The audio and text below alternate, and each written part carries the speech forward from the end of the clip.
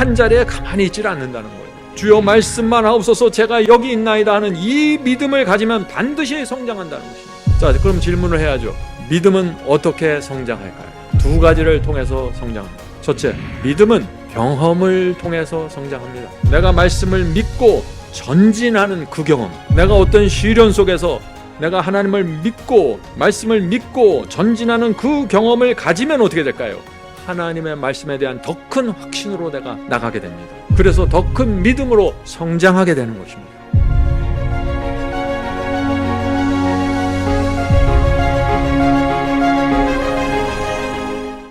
성도 여러분, 진리가 무엇인지 알려면 두 가지가 필요합니다. 이 두 가지가 있어야 진리를 깨닫게 되는 것입니다. 그 두 가지가 있으면 하나님께서 반드시 그 영혼을 구원하십니다.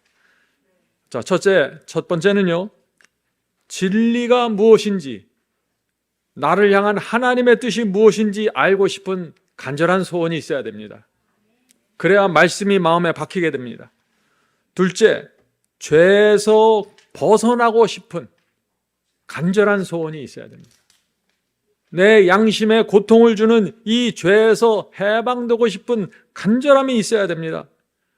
의를 사모하는 마음이 있어야 됩니다. 이런 소원이 우리 속에 있으면은 그때 성령께서 역사하시게 되고 구원의 진리가 무엇인지 우리에게 알게 하시고 깨닫게 해주신다는 것입니다. 그래서 오늘 말씀도 여러분이 간절함을 갖고 들으셔야만 이것이 무엇인지 깨닫게 되는 것입니다. 자, 질문 드리죠. 믿음이란 무엇입니까? 참된 믿음이 무엇인지 보여주는 그 대표적인 이야기가 있는데 그것이 어떤 이야기일까요? 하는 질문입니다. 여러분들 믿음을 생각할 때 이 예화를 꼭 기억하시기 바랍니다. 백부장의 이야기입니다. 마태복음 8장 5절부터 10절입니다. 한 백부장이 나와 간구하여 가로되 주여 내 하인이 중풍병으로 집에 누워있어 몹시 괴로워하나이다. 가라사대 내가 가서 고쳐주리라. 주님께서 내가 백부장 너희 집까지 가서 직접 하인을 고쳐주겠다 이렇게 말씀하셨어요. 그런데 백부장이 여기서 의외의 대답을 합니다. 백부장이 대답하여 가로되 주여 내 집에 들어오심을 나는 감당치 못하겠사오니 다만 말씀만 하옵소서. 그러면 내 하인이 낫겠사옵나이다. 성도 여러분, 놀라운 믿음이 아닙니까? 백부장은 주님을 믿는다는 것이 무엇인지 정확하게 보여주고 있는 것입니다. 주여 저는 주님의 말씀을 믿습니다. 집까지 가실 필요가 뭐가 있겠습니까? 말씀만 하옵소서 제 하인이 낫겠습니다. 10절입니다. 예수께서 들으시고 기이 여겨 이상하게 여겼다는 것입니다. 왜요? 이스라엘에서 지금까지 이런 사람들을 본 적이 없다는 것이죠. 기이 여겨 쫓는 자들에게 이르시되 내가 진실로 너에게 이르노니 이스라엘 중 아무에게서도 이만한 믿음을 만나보지 못하였노라. 성도 여러분, 예수께서 칭찬하신 이 믿음, 여기에 집중하셔야 됩니다. 주여 말씀만 하옵소서 제가 믿겠나이다. 주께서 말씀하시면 그대로 이루어집니다. 저는 주의 말씀을 믿습니다. 이것이 믿음입니다. 주께서 말씀하신 것을 믿는 것입니다. 내 생각, 내 뜻을 믿는 것이 아니라 내 결심을 믿는 것이 아니라 주께서 말씀하셨으니까 내가 믿겠다는 것입니다. 말씀을 벗어난 믿음은 추측이고 망상입니다. 성도 여러분, 믿음은 내 생각, 내 결심을 믿는 것이 아닙니다. 믿음은 주님의 말씀, 하나님의 말씀을 내가 믿고 신뢰하는 것입니다. 하나님의 말씀이 그대로 이루어질 것을 내가 기대하고 의지하고 믿는 것이 믿음입니다. 믿음은 하나님의 예언이 그대로 이루어질 것을 믿고 준비하는 것입니다. 그래서 믿음이 있는 사람은 순종하면서 사는 것입니다. 요한복음 1장 1절입니다. 태초에 말씀이 계시니라. 이 말씀이 하나님과 함께 계셨으니 이 말씀은 곧 하나님이시니라. 말씀 이퀄 하나님입니다. 그래서 말씀이 나오면 믿게 되는 것입니다. 하나님을 어떻게 안 믿을 수가 있어요? 우주를 창조하시고 나를 위해서 죽으시고 피를 흘리셨는데 어떻게 우리가 그분을 안 믿을 수가 있습니까? 태초의 말씀으로 하늘과 땅과 바다의 모든 것을 만드신 이 엄청난 능력의 하나님, 그분이 말씀으로 나타나신다는 것입니다. 시편 33편 6절부터 9절입니다. 여호와의 말씀으로 하늘이 지음을 되었으며, 무엇으로 지으셨어요? 말씀으로 지으셨습니다. 그 만상이 그 입의 기운으로 이루었도다. 저가 바닷물을 모아 무더기같이 쌓으시며 깊은 물을 곳간에 두시도다. 저가 말씀하심에 이루었으며 명령하심에 견고히 섰도다. 이것이 하나님의 말씀 속에 있는 엄청난 파워입니다. 하나님께서 말씀하시기 전에는 아무것도 없었는데, 그런데 하나님께서 말씀하시니 그대로 이루어졌다는 것입니다. 빛이 없고 어둠 암흑이었는데 하나님께서 빛이 있으라 하니까 빛이 생겼다는 것입니다. 말씀하시면 그대로 이루어집니다. 여기에 저항할 사람이 있습니까? 그러므로 하나님의 말씀에 저항하고 외면하고 거절하는 것은 자기 스스로 불행과 어둠 속으로 들어가 버리는 것이에요. 성도 여러분, 우리가 잊지 말아야 될 것은 있는데, 우리 수준으로 하나님을 생각하시면 큰일 납니다. 하나님은 우주의 왕 창조주 하나님이고 나는 피조물이에요. 내가 피조물이고 하나님은 창조주입니다. 이것만 알면 무조건 하나님을 믿고 신뢰하게 되어 있습니다. 믿음이 없는 이유는 자신이 신이라고 생각하는 거예요. 우리가 살아있는 것처럼 보이죠? 근데 다 죽어서 흙이 됩니다. 몇십 년 안에요. 지금 이 교회 안에 사람들이 살아서 움직이는 것처럼 보여줘 대화합니다. 그러나 앞으로 수십 년이 안 돼서 다 사라지고 흙이 됩니다. 이것이 모든 피조물의 운명입니다. 어떻게 하시겠습니까? 성도 여러분, 우리가 어떻게 해야 할까요? 살 수 있는 유일한 길은 하나님의 말씀을 믿고 의지하고 따라가는 것입니다. 말씀만 하옵소서, 제가 여기 있나이다. 이것이 믿음입니다. 여기서 벗어나는 것은 믿음이 아닙니다. 그것은. 성도 여러분, 하나님을 믿고 따라가는 것은 희생이 아닙니다. 그것은 엄청난 특권입니다. 어떻게 벌레 같은 이 피조물이 감히 하나님과 동행할 수 있습니까? 그것은 놀라운 특권이에요. 동행을 허락해 주신 하나님께 늘 감사와 찬송을 올리는 것입니다. 그것이 신앙이고 그것이 구원입니다. 예수께서 이 땅에 오셨을 때 창조주의 능력을 보여주셨습니다. 오늘 저희는 하나님이 갖고 있는 여러 가지 놀랍고 신기한 면에서 능력에 집중해서 지금 다루려고 하는 것입니다. 예수께서 이 땅에 오셨을 때 놀라운 능력을 보여주셨어요. 주님께서는 오직 말씀으로 병자를 고치셨습니다. 말씀으로 사탄 마귀를 내쫓았습니다. 말씀으로 폭풍을 잔잔케 하십니다. 말씀으로 문둥병자를 고쳤습니다. 말씀으로 안증뱅이를 일으켰습니다. 말씀으로 죽은 자를 살렸습니다. 그것이 하나님의 말씀의 능력인데, 누가 그 말씀 앞에서 함부로 하고 무시하고 거절하고 외면하고 불순종할 수 있습니까? 말이 안 되는 것입니다. 이것이 오늘날 현대 기독교에 들어온 기만입니다. 하나님을 믿는다고 하면서 제멋대로 살고 있는 것이죠.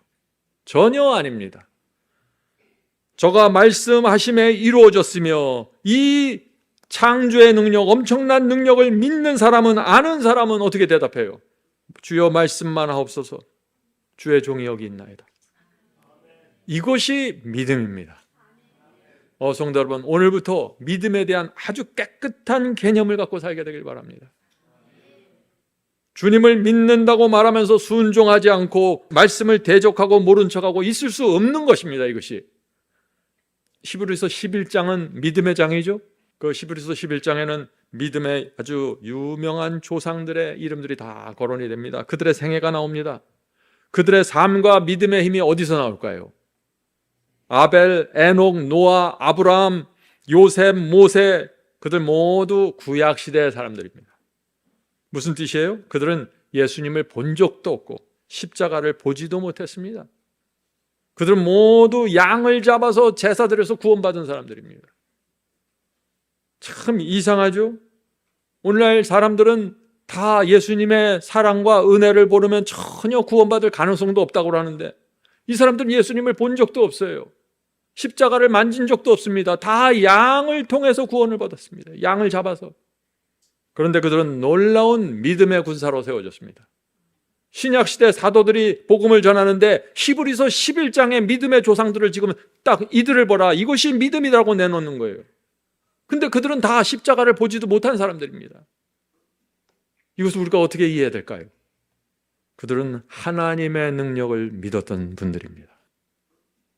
많은 사람들이 오해합니다. 구약은 율법의 시대고 신약은 은혜의 시대라고요. 아닙니다. 구약은 하나님의 능력의 시대입니다. 그리고 신약은 하나님의 사랑의 은혜의 시대입니다. 능력과 은혜 둘 다 중요한 것입니다. 하나님의 능력을 보아야 하고 또한 하나님의 은혜를 보아야 하는 것입니다. 그래야만 1세기 사도들의 신앙과 그들의 삶이 무엇인지 우리가 이해가 되는 것입니다. 저는 오랫동안 사랑과 은혜에만 매달리는 분들을 봤습니다. 그들의 신앙의 문제가 뭔지 아세요? 병약하고 쉽게 쓰러지고 아주 충동적이고 연약합니다.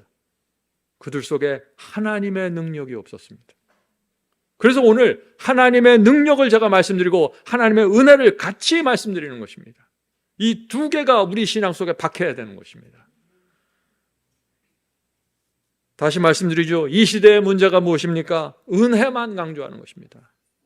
하나님의 능력을 보지 못하고 은혜만 봅니다. 그래서 오늘 제가 이 시간에 능력을 강조하려고 애를 쓰는 것입니다.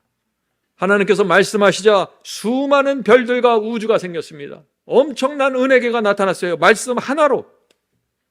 말씀을 수십 번 해서 나타난 것도 아니고 단 한 번의 말씀으로 끝이 나는 것입니다. 이것이 여호와 하나님이십니다. 이것을 우리가 보면은 그 앞에 무릎 꿇고 엎드려서 주여 이 죄를 용서하소서, 말씀만 하옵소서, 이렇게 되는 것이에요. 이게 바로 곧바로 믿음의 본질로 들어가는 것입니다. 그래서 예수께서 백부장의 믿음을 칭찬하신 것입니다. 말씀만 하옵소서, 제가 따르겠나이다. 하나님은 창조주시고 저는 피조물입니다. 제가 무슨 말을 하겠습니까? 성도 여러분, 하나님의 입에서 나온 말씀은 단 하나의 잘못된 것도 없고 단 하나의 실패한 것도 없습니다. 주님의 말씀은 완전합니다. 그런데 그런 놀랍고 엄청난 하나님께서 저와 여러분을 구원하기 위해서 십자가에 매달려 처참하게 돌아가셨다는 것입니다. 그것이 은혜입니다. 그래서 하나님께서 능력을 보여주시고 은혜를 보여주시면서 우리를 구원하려고 하는 것입니다. 너희들이 이래도 내 앞에 굴복하지 않고 나를 따라오지 않을래? 너희 자신을 내려놓고 나를 따라와라. 나를 믿어다오. 그것을 위해서 능력을 보여주시고 그것을 위해서 은혜를 보여주시는 것입니다. 하나님의 두 면을 보아야 합니다. 하나님의 말씀의 완전함을 보아야 하고 십자가의 희생과 은혜를 바라봐야 합니다. 그래야만 우리가 하나님을 전적으로 믿고 의지하는 믿음이 생기면서 이 세상의 모든 두려움과 근심, 염려가 사라지게 되는 것입니다. 자유와 평강으로 이 삶을 살아가게 된다는 것이죠. 네. 성도 여러분, 이 하나님의 능력과 완전하심을 알면은 우리의 마음과 태도가 어떻게 달라질까요? 우리가 하나님을 믿는데 가만히 보니까 그 하나님의 능력과 완전하심이 정말 대단해요. 그럼 어떻게 될까요? 우리 마음과 태도가. 하나님 말씀하시면 바짝 엎드려서 네, 받겠습니다. 이것이 믿음입니다. 믿음은 단순한 것입니다. 오늘 믿음의 본질을 이해해야 되는 것입니다. 창에 찔려서 십자가에 매달린 창조주 하나님을 바라보면 우리 마음에 어떤 변화가 생길까요? 아니, 어떻게 창조주 하나님께서 나를 위해 저렇게 고통당할 수 있을까? 하나님, 내 생애를 드립니다. 여호와 하나님, 저를 받아주시옵소서. 이것이 살아있는 믿음입니다. 성도 여러분, 이제 더 이상 나는 하나님의 사랑을 잘 몰라요, 나는 은혜를 잘 모르겠어요, 느끼지 못하겠어요, 이런 얘기 버리세요. 하나님의 능력 하나만 알고서도 엄청난 신앙이 올라오게 되는 것입니다. 사람들은 최고의 재벌가, 최고의 정치인들 앞에 나가면 어떻게 돼요? 바짝 엎드리잖아요. 왜요? 그들에게 큰 힘과 능력이 있다는 사실을 아는 것입니다. 그런데 이상하죠. 우주의 왕, 별들과 땅과 해와 모든 것을 만드신 창조주 하나님 앞에 나가선 납작 엎드리질 않아요. 왜 그럴까요? 하나님이 누군지 모르는 것입니다. 하나님이 이웃집 아저씨인 줄 알아요. 전부 그런 수준으로 믿는다는 얘기예요. 그런 수준으로. 성도 여러분, 정말 우리가 하나님이 어떤 분인지 알면요, 바로 이 신앙으로 들어갑니다. 하나님, 저를 살려주시옵소서. 지금까지 하나님이 어떤 분인지 모르고 건방지게 살아왔습니다. 벌레보다 못한 저를 용서해 주시옵소서. 이제부터 저는 하나님의 말씀을 무조건 믿고 따라가겠습니다. 우둔한 피조물의 머리에서 나오는 생각은 다 내려놓겠습니다. 여호와 하나님의 말씀을 따르겠습니다. 그것이 제 인생과 구원의 최선이라는 사실을 제가 확신합니다. 이것이 믿음입니다. 성도 여러분, 말씀 한마디로 하나님께서 고래를 만드십니다. 말씀으로 우주를 만드십니다. 이 하나님의 능력을 가만히 묵상해 보면요, 어떻게 돼요? 하나님의 입에서 나온 단 한마디의 말씀이라도 다 붙잡고 따라가게 되는 것입니다. 하나님께서 나사로야 나와라 할 때 나사로만 나오잖아요. 그냥 나오라 하면 그 동네 사람들 다 나왔을 거예요. 무덤 속에 있던 사람들이. 여러분도 그 예화 잘 아시죠? 하나님께서 말씀하실 때 조심하셔야 됩니다. 입에서 나가면 그것이 능력이 돼서 그대로 이루어져 버리기 때문에. 그렇게 나온 말씀들이 성경에 가득 펼쳐져 있는 것입니다. 그리고 그 말씀을 십계명의 손가락으로 기록해 놓으신 거예요. 그런데 사람들은 그걸 무시하고 외면하고 자기 뜻대로 내 생각에는요 이러고 있어요. 피조물이 아닙니다. 그 사람은. 우리가 하나님을 신뢰할 수 있는 이유는 하나님의 말씀은 단 한 번도 틀린 적이 없다는 것입니다. 한 번 말씀하시면 100% 지키면서 나갑니다. 이것이 무서운 거예요. 그래서 하나님께서 말씀하시면 정신 바짝 차리고 받게 되는 것입니다. 자, 한 번은 하나님께서 아브라함을 불러서 정말 믿기 어려운 말씀을 주셨죠. 자식이 없던 이 아브라함을 불러서 어떻게 했어요? 네 자손을 저 하늘의 별처럼 주겠다고 했습니다. 그런데 이 아브라함이 그것을 믿는 것입니다. 참 놀라운 믿음이에요. 이것도 자식이 하나도 없는 사람이. 창세기 15장 4절 5절 읽겠습니다. 여호와의 말씀이 그에게 임하여 가라사대 그 사람은 너의 후사가 아니라 내 몸에서 날짜가 내 후사가 되리라 하시고 그를 이끌고 밖으로 나가 가라사대 하늘을 우러러 뭇별을 셀 수 있나 보라. 그에게 이르시되 내 자손이 이와 같으리라. 아브라함이 이 말씀을 믿었습니까? 믿었습니다. 자식이 하나도 없는 상태에서 자손들이 하늘의 별처럼 많아질 것을 그대로 말씀을 받았습니다. 이 아브라함이 무엇을 믿은 거예요? 하나님의 그렇게 하실 수 있는 능력을 믿은 것이에요. 능력을 믿는 것이 믿음입니다. 하나님께서 말씀하셔도 믿지 않으면 왜 안 믿는 거예요? 그렇게 말씀하셔도 사실은 안 될 거다, 능력이 없다 이렇게 생각하는 것이죠. 그래서 이 한 번 말씀하시면 그대로 되는 이 하나님의 완전하심을 아브라함이 믿은 것입니다. 그래서 하나님께서 그 믿음을 의로 여겨주셨다 하는 것이죠. 창세기 15장 6절입니다. 창세기 15장 6절. 아브라함이 여호와를 믿으니 여호와께서 이를 그의 의로 여기시고. 이것이 믿음으로 말미암는 하나님의 의입니다. 자, 질문 드리죠. 아브라함이 여호와를 믿으니 의로 여겨주셨습니다. 하나님을 믿으면 왜 그 믿음을 의롭다고 여겨주실까요? 이 사람은 지금 아직 아무런 행위도 없어요. 그냥 믿었을 뿐입니다. 그런데 하나님께서 그 믿음을 의로 여겨주신다고 지금 말씀하시는 거예요. 왜 그럴까요? 왜냐하면 하나님의 능력과 완전하심을 믿으면 순종하고 전진하기 때문입니다. 아직 아무런 행위가 나타나지 않았을지라도 그가 하나님의 말씀과 능력을 믿었다면 그 마음속에 이미 열매가 시작되는 것입니다. 이것이 믿음으로 의롭게 되는 경험입니다. 그래서 우리가 주님을 믿는다고 한다고 다 의롭게 되는 것이 아니에요.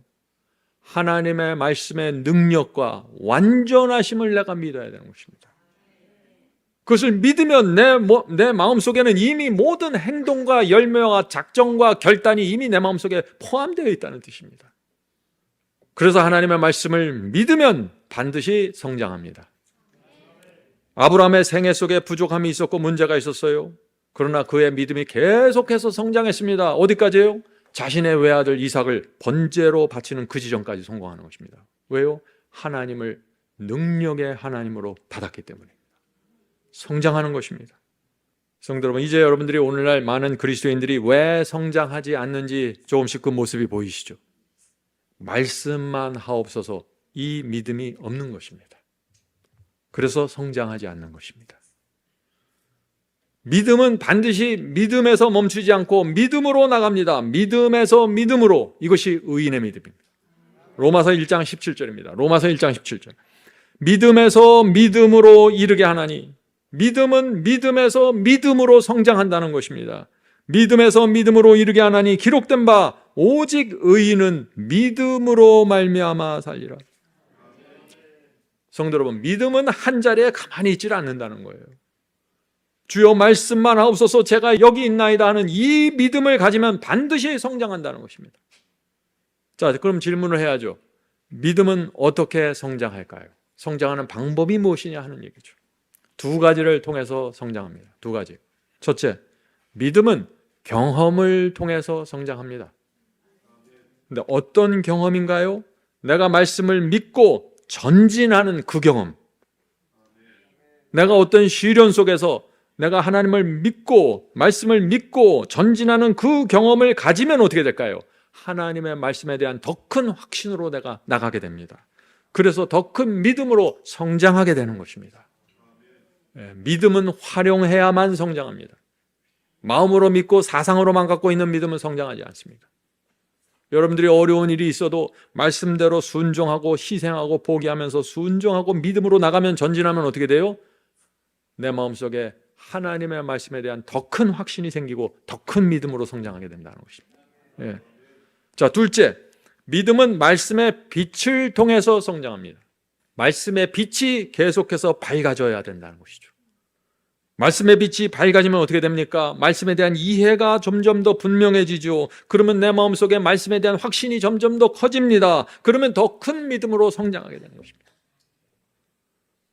성도 여러분, 그러므로 저와 여러분은 반드시 말씀을 연구하고 공부해야 합니다.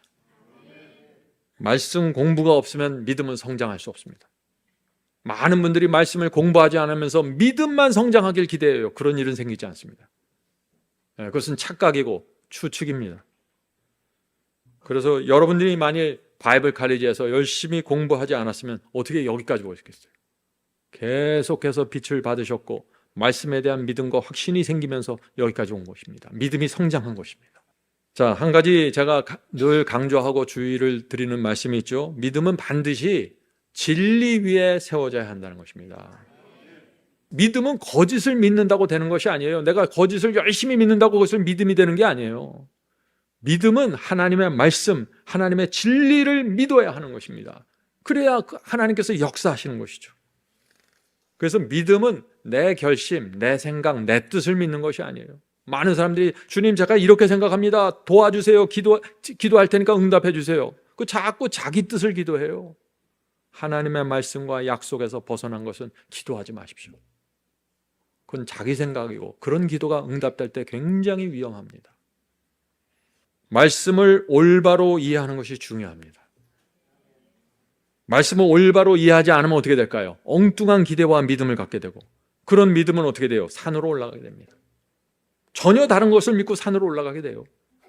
말씀과 상관없는 믿음을 갖게 되는 것입니다. 그것은 믿음이 아니죠. 그것은 추측입니다. 성도 여러분, 믿음은 진리를 믿는 것입니다. 이것이 깊이 우리 마음속에 박혀야 되는 것입니다. 자, 예를 들어보셔요. 예수께서 좁은 길로 가라 그랬잖아요. 좁은 문 좁은 길로 가라. 이것이 진리예요. 그런데 어떤 사람들은 넓은 길을 가면서 나는 주님을 믿는다고 주장해요. 말이 돼야 안 돼요? 안 된다는 것입니다. 믿음은 그런 것이 아니에요.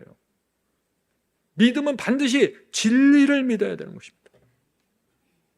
말씀은 하나님의 말씀은 동쪽으로 가라고 명령하고 있는데 나는 서쪽으로 가면서 나는 주님을 믿습니다. 주님 제 열심을 아시죠? 제 뜨거운 마음을 아시죠? 믿음이 아니에요. 아니라는 것입니다. 이것은 뭐예요? 추측입니다. 자기 추측이에요. 이것이 분명해야 믿음이 깨끗하는 것입니다. 전혀 엉뚱한 삶을 살지 않게 되는 것이죠. 자, 이제 아브라함의 믿음으로 다시 가겠습니다. 오늘 하나님께서 아브라함에게 이제 네가 고향을 떠나라고 하셨습니다. 창세기 12장 1절이죠.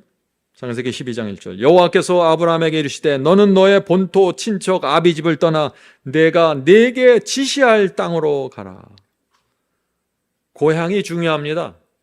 아브라함이 고향을 떠나는 것은 굉장히 위험한 것입니다. 왜요? 그 시대는 도적과 강도가 난무하던 시대였습니다. 고향 땅을 떠나는 순간 자기를 보호해 줄 아무것도 없는 것입니다. 부족 간의 전쟁도 많았습니다. 그런 시대에 나를 보호해 줄 수 있는 이 친척들과 고향을 떠나는 것은 스스로 위험 속으로 들어가 버리는 것이에요. 하나님의 말씀만 없었다면 아브라함은 잘못 판단한 것입니다. 그런데 하나님께서 고향 땅을 떠나라고 했기 때문에 그것을 믿고 신뢰하는 것입니다. 아브라함은 이 고향의 안전함보다 하나님의 말씀을 더 믿고 신뢰한 것입니다. 그래서 떠난 것입니다. 이것을 믿음이라고 하는 것입니다. 히브리서 11장 8절입니다. 히브리서 11장 8절. 믿음으로 아브라함은 부르심을 받았을 때 순종하여 장래 유업으로 받을 땅에 나아갈새 갈 바를 알지 못하고 나갔으며, 하나님께서 아브라함에게 어디로 떠나라고 가르쳐 주셨습니까? 어디로 떠나라고 하셨어요? 모릅니다. 그냥 떠나라고 한 것이에요. 갈 바를 알지 못하고. 일단 너는 가족들을 데리고 고향을 떠나라. 그 다음에 내가 갈 곳을 나중에 알려줄 거야. 구체적인 대책이 없고 막연합니다. 다만 떠나라고 하는 것입니다. 성도 여러분, 하나님의 명령이 가끔 우리에게 이렇게 옵니다. 아브라함이 하나님의 명령에 순종했습니까? 순종했습니다. 어디로 가야 될지, 어떻게 살아야 될지 막막했지만 순종했습니다. 이것을 성경은 믿음이라고 말하는 것이에요. 왜요? 하나님을 너무나 믿는 것입니다. 하나님의 말씀과 명령이 내 생각에는 이해가 되지 않고 앞뒤가 안 맞는 것 같지만 나는 하나님이 어떤 분인지 안다. 이것입니다. 하나님의 말씀은 완전해서 단 한 번의 실수도 있지 않고 내 인생 최고의 선택을 해주신다. 그것이 믿음입니다. 히브리서 11장 나오는 믿음의 조상들이 다 그런 믿음을 갖고 살아가는 것입니다. 성도 여러분, 믿음은 하나님께서 1번부터 10번까지 다 가르쳐 주시고 완벽한 계획을 알려주신 다음에 믿으라 이렇게 하는 것이 아니라는 것이죠. 불완전하고 앞이 잘 안 보이지만 내가 하나님이다. 내가 하는 말을 너희가 믿고 따라와라. 그러면은 이 믿는 사람은 어떻게 돼요? 주여 말씀만 하옵소서 제가 따르겠나이다. 이것이 믿음입니다. 성도 여러분, 이것이 마지막 환난을 통과하는 그 믿음입니다. 자, 고향 땅을 떠나라는 하나님의 말씀을 아브라함은 어떻게 순종할 수 있었을까요? 자기 생각, 자기 뜻, 자기 감정을 믿질 않았습니다. 고향 땅을 떠나라고 할 때 무슨 감정이 생겼겠어요? 위험하지 않을까? 별 생각이 다 떠올라왔을 거예요. 그러나 그것을 믿지 않고 하나님의 말씀을 믿었다는 것입니다. 하나님의 능력을 믿은 것입니다. 아브라함은 하나님께서 내가 이 고향 땅을 떠날지라도 하나님께서 나와 내 가족을 여전히 먹여 살릴 수 있는 충분한 신이라는 사실을 믿은 것입니다. 아브라함이 믿은 신은 연약한 신이 아닙니다. 우주를 만드신 하나님께서 내 인생을 책임지신다. 한번 말씀하시면 반드시 책임지신다. 그 하나님을 믿은 것입니다. 성도 여러분, 그것은 믿음이라는 것은 결국 둘 중에 하나를 믿는 거예요. 하나님을 믿든지 나를 믿든지입니다. 하나님을 믿는 것을 믿음이라고 그러고 나를 믿는 것은 멸망이라고 그러는 것입니다. 이것이 분명해야 돼요. 많은 사람들이 하나님을 믿는다고 말하지만 실제로는 자기를 믿고 살아가는 것입니다. 그래서 하나님께서 말씀하시면 계속 두려워하고 염려하고 불안해서 순종하지 못하는 거예요. 두려움 때문에.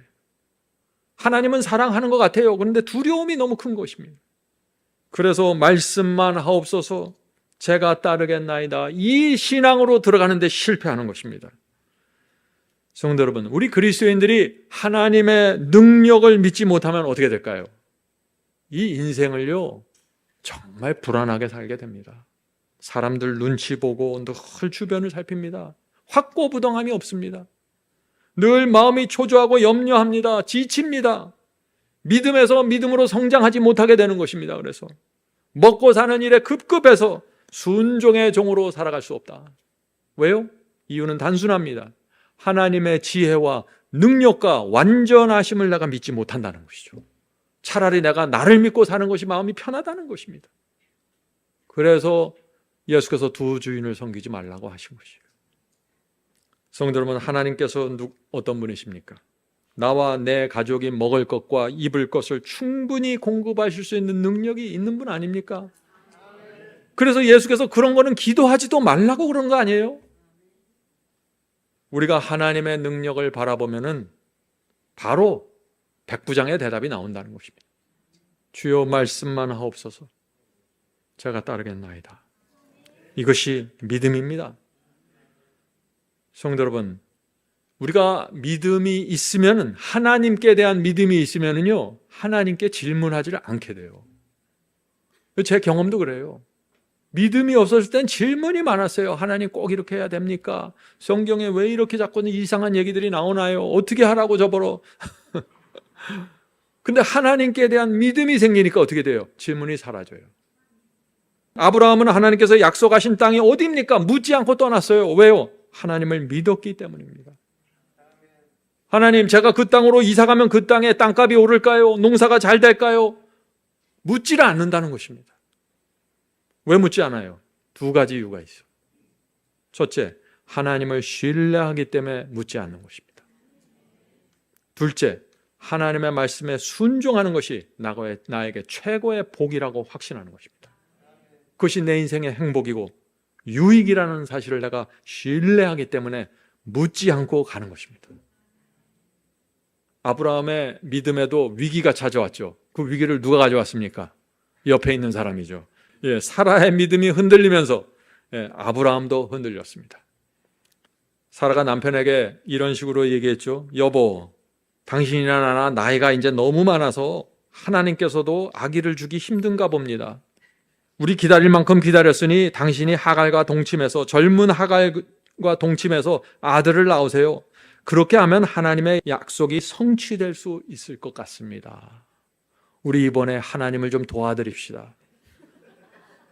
하나님께 대한 믿음이 사라지면, 하나님의 능력을 놓쳐버리면 바로 인간의 얄팍한 생각이 나와서 계산을 하는 것입니다. 하나님의 능력을 보아야 계산을 끝내는 것입니다. 그렇게 얄팍한 인간의 생각이 나왔을 때 결과가 무엇이에요? 결과가 이스마엘입니다. 이스마엘이 나오자 어떻게 됐어요? 곧바로 불행이 찾아왔습니다. 사라, 아브라함, 하갈 모두 불행해졌습니다. 성도 여러분, 우리 인생에 이스마엘이 나오지 않도록 조심해야 됩니다. 이스마엘이 언제 나옵니까?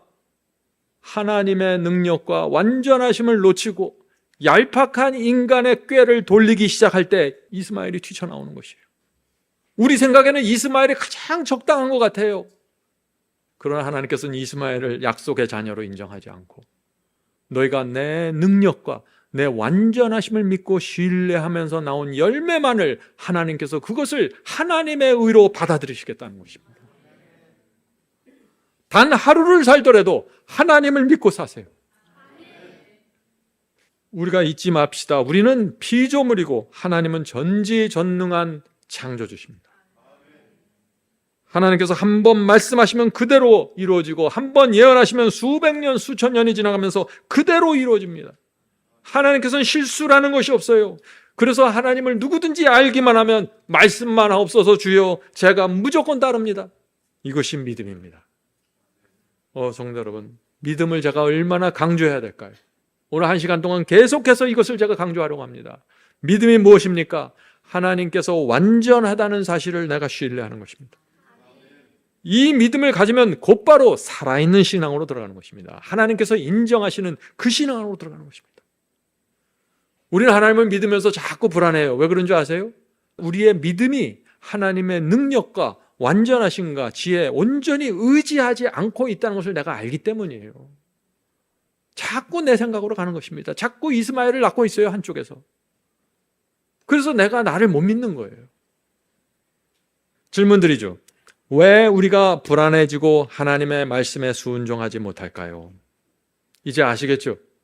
하나님께서 완전하시고 전지전능하다는 그 믿음을 잃어버렸기 때문입니다. 주여 말씀만 하옵소서, 제가 따르겠나이다. 이 믿음이 없으면 그 다음부터 바로 두려움과 염려에 시달리게 되는 것입니다. 성도 여러분, 우리가 죄를 범하는 이유가 무엇일까요? 믿음을 잃어버렸기 때문입니다. 아담과 하와가 선악과를 따먹지 말라는 하나님의 계명을 받았습니다. 근데 그 계명을 신뢰하고 믿어야 했습니다. 근데 사탄이 와서 선악과를 따먹어도 괜찮아, 이렇게 미혹을 한 것입니다. 그때 그들의 믿음이 흔들린 것입니다. 믿음이. 하나님께 대한 믿음이 말이죠. 어떻게 됐어요? 사탄의 말을 더 믿게 되었고 하나님의 말씀에 대한 믿음을 잃어버리게 된 것입니다. 그래서 선악과를 따먹게 된 것이에요. 그래서 죄가 시작됐고 이 슬픈 세상이 시작된 것이다. 그래서 바울이 로마서에서 이런 말씀을 하는 것입니다. 로마서 14장 23절. 이는 믿음으로 쫓지 아니한 연고라. 믿음으로 쫓지 아니하는 모든 것이 죄니라. 무슨 뜻이죠? 하나님께서는 결코 실수하지 않고 완전한 분인데 그 하나님을 믿지 않고 신뢰하지 않으면 어떻게 된다고요? 죄에 빠지게 된다는 것입니다. 아담과 하와처럼 말이죠. 하나님의 말씀을 믿고 신뢰하고 그분의 능력과 지혜와 완전하심을 믿으면은 사탄이 와서 아무리 유혹하고 꼬여도 어떻게 돼요? 하나님께 대한 믿음이 흔들리지 않기 때문에 그 말씀을 순종하면서 그대로 나가게 되는 것이에요. 그래서 믿음이 없으면 죄를 범하게 된다. 이 말씀을 하시는 것입니다. 자, 질문 드리죠. 믿음으로 쫓지 아니하는 모든 것이 죄가 된다 하는 이 바울의 말씀을 오늘날 많은 사람들이 어떻게 이해하고 있습니까? 하는 질문입니다. 오늘날 많은 기독교인들이 이 말씀을 어떻게 이해하시는지 아세요? 이렇게 이해합니다. 바울이 믿음으로 쫓지 않는 것은 죄라고 했습니다.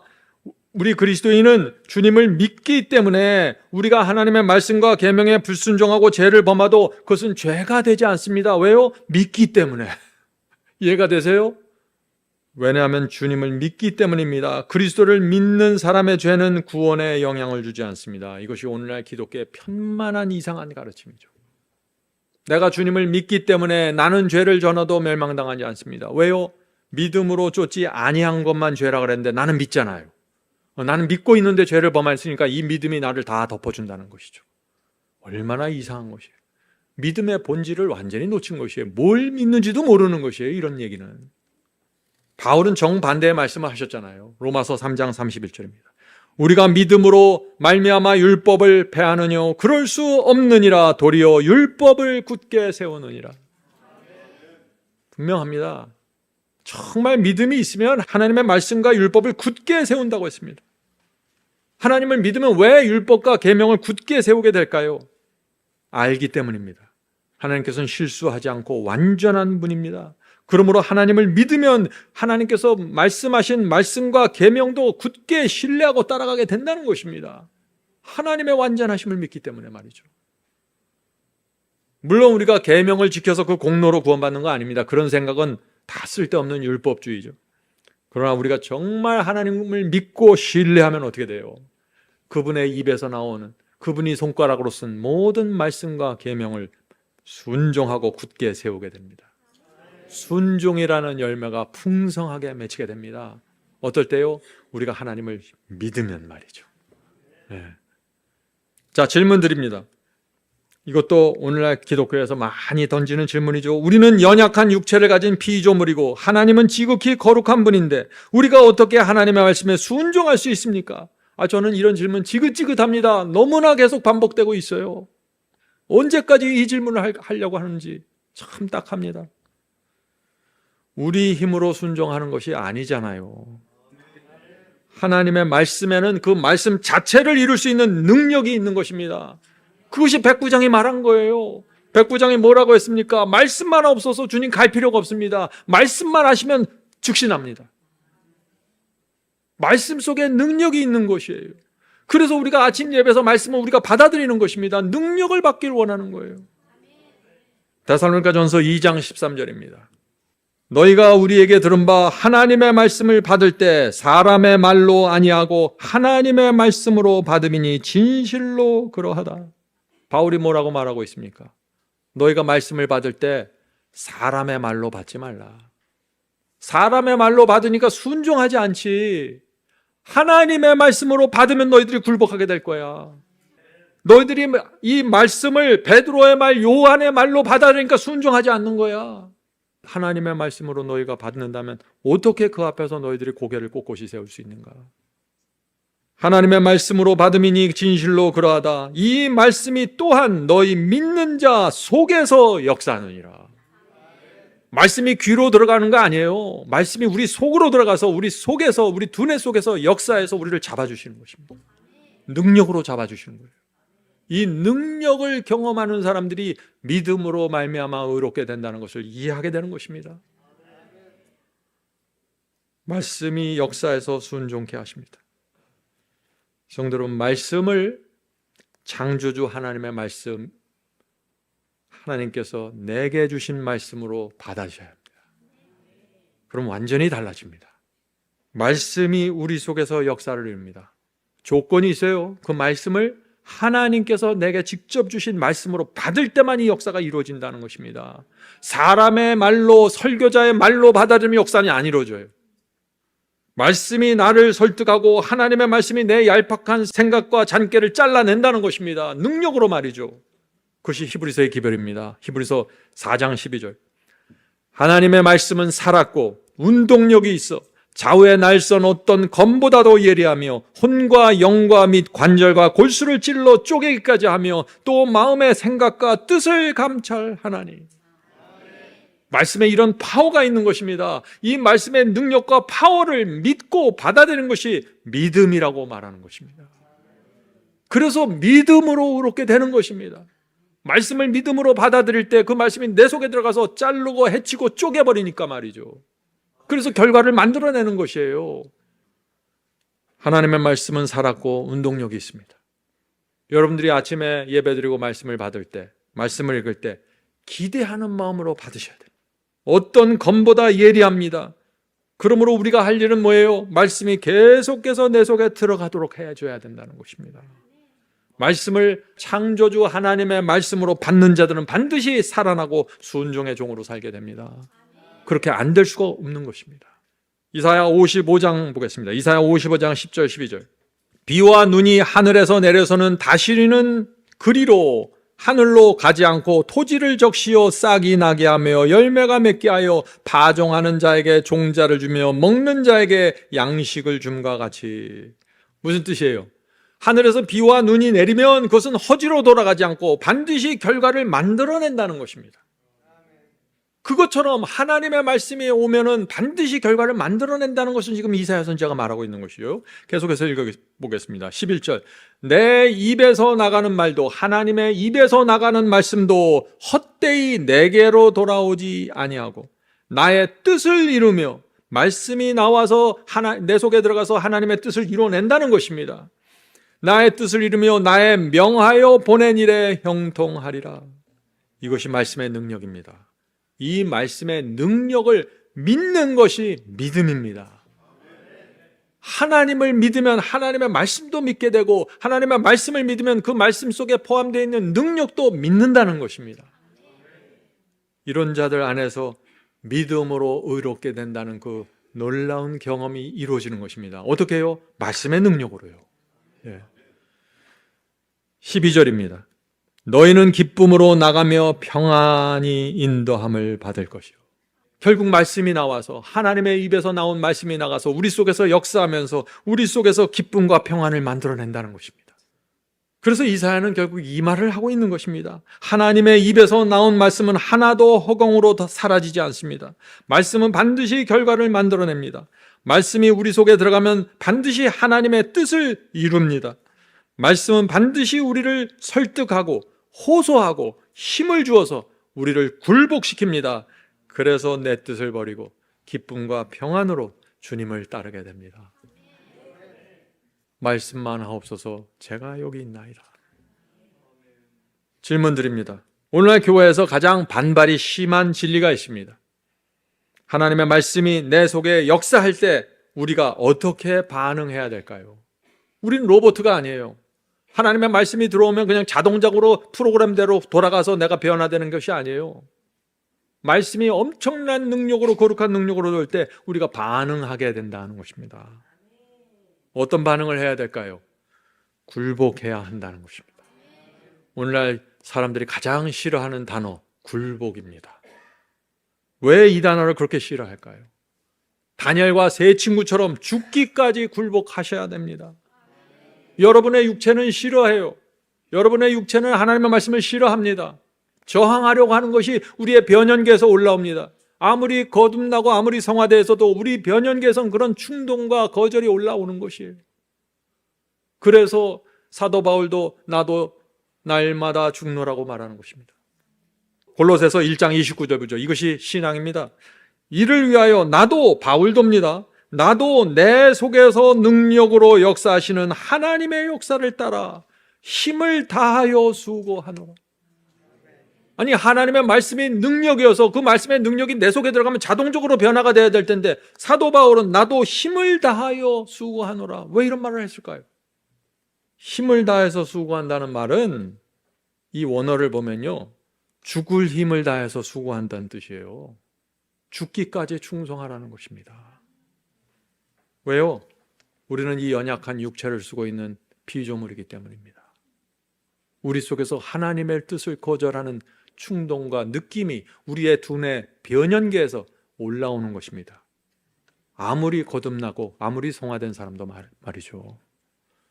수고는 굴복을 뜻하는 것입니다. 하나님의 말씀이 내 속에서 호소하고 설득할 때 힘을 다해 굴복하십시오. 육체를 십자가에 못 박으십시오. 그것이 여러분의 할 수고입니다. 바울도 나도 수고한다고 말하고 있는 것입니다. 그런 성도들이 바울처럼 기쁨과 평안으로 주님을 따르게 됩니다. 이것이 바울의 기별입니다. 성도 여러분, 믿음이 무엇입니까? 믿음이 무엇이에요? 온 마음과 뜻과 정성을 다하여 목숨을 다하여 주님의 뜻을 따르는 것입니다. 그것이 믿음 아니에요? 네. 마태복음 22장 37절 38절입니다. 예수께서 가라사대 내 마음을 다하고 목숨을 다하고 뜻을 다하여 주 너의 하나님을 사랑하라 하셨으니 이것이 크고 첫째 되는 계명이요. 이 말씀이 여기 사랑하라고 그랬죠. 어디 순종하고 굴복하라고 그랬습니까? 이게 그 말입니까? 국어가 그런 뜻이에요, 이게? 내 마음을 다하여 목숨을 다하여 뜻을 다하여 사랑하는데 어떻게 순종하지 않을 수가 있어요? 이건 국민학생한테도 이렇게 설명하면 안 되는 건데 오늘 많은 사람들이 자꾸 그렇게 말씀을 따지고 들어오니까 제가 답답한 것이에요. 로마서 12장 1절입니다. 너의 몸을 하나님이 기뻐하시는 거룩한 산 제물로 드리라. 이는 너희가 드릴 영적 예배니라. 오늘날 교회에서 나를 거룩한 제물로 바치는, 산 제물로 바치는 이 믿음이 사라진 것입니다. 그래서 수많은 이스마엘들이 나타나서 돌아다니게 되는 것이에요. 자, 질문 드리죠. 오늘날 교회에서 가장 많이 존재하는 가짜 믿음이 어떤 것일까요? 가짜 믿음. 어떤 믿음이 거짓 믿음입니까? 하는 질문입니다. 말씀을 어떤 지적인 동의나 이해로만 생각하는 것이에요. 내가 그 교리 알았습니다. 깨달았습니다. 나는 믿음이 있습니다. 이렇게 생각하는 거예요. 가짜 믿음이라는 것이죠. 오늘 믿음의 본질을 봤죠. 믿음은 하나님을 믿는 거예요. 진리가 무엇인지 알고 깨닫는 것은 깨달음이지 믿음이 아니에요. 그것은 내가 깨달으니까 하나님을 더 믿게 되고 더 순종하게 되는 것이죠. 예수께서 십자가에 나를 위해서 돌아가셔서 내 죄가 용서되었습니다. 나는 그 사실을 인정하고 동의합니다. 그것은 동의이지 믿음이 아닙니다. 여러분들 믿음이 무엇이고 동의가 무엇인지 정확하게 이 차이가 구별이 되십니까? 믿음은 하나님께서 이렇게 하라고 하실 때 내가 하나님을 믿기 때문에 말씀만 하옵소서 제가 합니다. 이것이에요. 이것이 믿음입니다. 하나님께서 그렇게 하지 말라고 하실 때 내가 하나님을 믿습니다. 제가 그렇게 하지 않겠습니다. 이것을 믿음이라고 하는 것입니다. 왜 우리가 하나님 말씀에 순종합니까? 온 마음과 목숨과 뜻을 다하여 주를 사랑하기 때문입니다. 주님의 완전하심을 내가 신뢰하기 때문입니다. 성도 여러분, 이 라오디게아 교회는 믿음이 사라진 교회입니다. 그래서 불로 연단한 금을 사라, 믿음을 사라고 호소하시는 것입니다. 그래서 우리가 참된 믿음을 보려면요, 라오디게아 교회에서 찾으면 안 돼요. 1세기의 교회로 가야 됩니다. 초대교회로 가야 돼요. 거기 가야 사도들이 전했던 그들의 믿음이 정확하게 보이는 것입니다. 1세기의 성도들은 이렇게 믿었습니다. 주님을 믿으면 부활할 수 있다. 로마 황제를 두려워하지 말고 하나님을 두려워하라. 화영대에서 불타고 맹수에게 물려 죽어도 부활할 수 있다.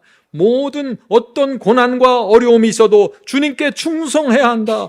우리 주님께서 약속하셨다. 너희가 나를 믿으면 죽어도 살겠고. 이것이 하나님께 대한 믿음입니다. 말씀과 약속에 대한 믿음이에요. 이것이 모든 것을 극복하고 이기게 만드는 것입니다. 그들이 이 믿음으로 소아시아와 유럽을 복음으로 불태웠던 것입니다. 성도 여러분, 믿음의 본질로 오늘 들어갑시다. 우리가 무엇을 믿는 사람들인지 정확하게 나타나야 되는 것이죠. 로마서는 믿음을 분명하게 말합니다. 로마서 6장 16절입니다. 로마서 6장 10절. 너희 자신을 종으로 들여 누구에게 순종하든지 그 순종함을 받는 자의 종이 되는지를 너희가 알지 못하느냐? 혹은 죄의 종으로 사망에 이르고 혹은 순종의 종으로 의에 이르느니라. 분명하죠. 더 이상 어떻게 구체적으로 말씀할 수 있을까요? 믿음은 어떤 상황에서도 주님의 말씀을 붙잡고 순종의 종으로 사는 것입니다. 믿음은 주여 말씀만 하옵소서 제가 순종하겠습니다. 이것이 믿음이에요. 질문 드립니다. 제자들이 이방인들에게 복음을 전한 목적이 무엇입니까? 복음을 전했죠? 무엇을 기대하면서 복음을 전했냐 하는 것입니다. 사도들이 사람들에게 어떤 변화가 생길 것을 기대하면서 복음을 전했을까요? 바울은 로마서에서 자신이 복음을 왜 전하는지, 무엇 때문에 전하는지 분명하게 밝힙니다. 로마서 1장 5절입니다. 우리는 은혜와 사도의 직분을 받아 그 이름을 위하여 모든 이방인 중에서 믿어 순종케 하나니. 분명하죠? 바울이 복음을 전한 이유와 목적이 무엇입니까? 사람들이 하나님을 믿어 순종케 하기 위해서. 너희 주님을 믿냐? 거기서 끝나라. 이게 아니에요. 믿습니까? 순종하십시오. 이것이 복음이라는 것이에요. 로마서 마지막 장에서도 바울은 똑같은 말씀을 다시 반복합니다. 로마서 16장 26절 27절. 모든 민족으로 믿어 순종케 하시려고 알게 하신 바, 자, 믿어서 순종케 하려고 복음을 알게 했다는 것입니다. 복음을 전했다는 것입니다. 그 비밀의 계시를 쫓아낸 것이니 이 복음으로 너희를 능히 견고케 하실 지혜로운 하나님께 예수 그리스도로 말미암아 영광이 세세토록 있을지어다. 아멘. 성도 여러분, 바울이 어떻게 해야 하나님께 영광을 세세토록 돌릴 수 있다고 했습니까? 복음을 믿어 순종케 되어야만 하나님께 영광을 돌릴 수 있다고 말하는 것입니다. 너무 당연한 말씀 아니에요? 하나님 말씀에 순종하지 않고 믿는다고 하면서 사탄 쫓아다니고 자기 뜻대로 살아가는데 어떻게 하나님께 영광을 돌리겠어요? 너무나 당연한 말씀이에요, 사실은. 성도 여러분, 복음은 우리를 믿음까지 데려가는 것이 아니라 순종의 열매까지 인도한다는 것이에요. 그래서 이 복음이 능력의 복음이 승리의 복음이라고 말하는 것입니다. 자, 이제 마지막 질문 드립니다. 그렇다면 복음이 그렇게 능력이 있는 건데 왜 어떤 사람에게는 복음의 목적이 이루어지는데 왜 어떤 사람에게는 복음의 목적이 이루어지지 않을까요? 왜 어떤 사람은 복음을 받고 순종의 삶을 사는데 왜 어떤 사람은 똑같은 복음을 받은 것처럼 보이는데 순종하지 않고 죄 속에서 살까요? 불순종 속에서 말이죠. 그 질문이에요. 성령의 역사에 굴복하지 않기 때문입니다. 복음이 들어가잖아요. 하나님의 말씀이 우리 속에 들어갑니까? 즉시 성령께서 역사하기 시작합니다. 진리의 영께서 역사하세요. 그래서 여기서 변화를 만들어내는 것입니다. 자, 그 말씀을 읽어보죠. Life of Jesus 173페이지입니다.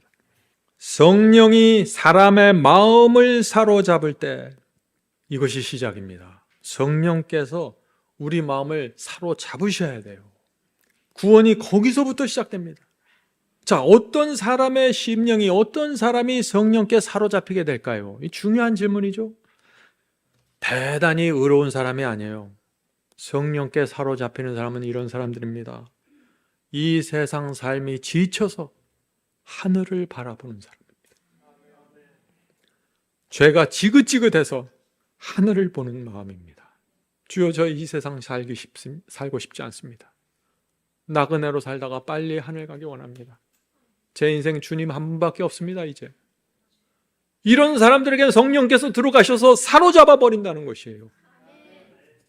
사로잡히면 반드시 변화가 생깁니다. 어떤 변화가 생기는가? 거기에는 생애의 변화가 일어난다.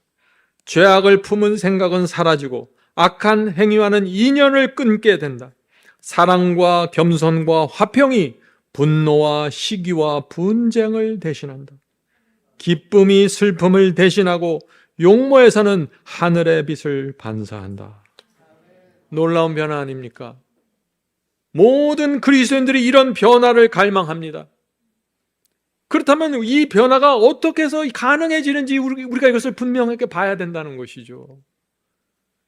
하나님의 말씀과 성령은 살아계시고 운동력이 있어서 좌우의 날선 어떤 것보다 예리하여 혼과 영과 및 관절과 골수를 쪼개는 능력이 있다는 것입니다. 어떤 사람들에게요? 하늘을 바라보는 사람들에게 말이죠. 그 능력에 굴복하는 사람에게는 놀라운 변화가 생긴다는 것입니다. 여러분들이 말씀을 읽을 때 성령께서 여러분에게 말씀하시죠. 호소하십니까? 설득하십니까? 책망하십니까? 거기에 굴복해야지 지금 우리가 읽은 이 말씀의 변화가 생긴다는 것입니다. 그래서 굴복이 중요한 것입니다. 굴복은 비겁한 것이 아니에요. 하나님께 굴복하는 것이에요. 인간에게 굴복하라는 거 아니라. 자, 계속해서 읽어보죠. 아무도 죄의 짐을 덜어주는 손을 보지 못하며 빛이 하늘에서 내려오는 것도 보지 못한다. 사람이 자신을 하나님께 바치는 때 구원의 복이 임한다. 언제 구원의 복이 임한다고 했어요? 언제 믿음으로 말미암아 의롭게 되는 이 경험이 이루어집니까? 자신을 하나님께 바치고 굴복할 때. 그때 인간의 눈으로는 볼 수 없는 한 능력이 하늘로부터 내려와서 하나님의 형상대로 새로운 피조물을 창조한다. 성도 여러분, 이것이 거듭남이고 믿음으로 말미암아 의롭게 되는 것입니다. 창조주 하나님을 전적으로 믿고 신뢰하십시오. 그분의 말씀을 받아들일 때 성령께서 역사하십니다. 그것은 미움이고 그것은 증오니까 버려야 된다. 성령께서 가르쳐 주시고 책망할 때 굴복해야 된다는 것입니다. 그때 성령께서 우리 속에 새 마음을 주신다는 것입니다. 성령께서 우리에게 새 정신, 새 인생관, 새 신앙, 새 동기, 새 감정을 주셔서 우리를 새로운 피조물로 태어나게 하신다. 이것이 믿음으로 말미암아 거듭나는 것이고 성령께서 우리 속에서 이런 하나님의 의를 날마다 이루어 주시기를 간절히 바랍니다.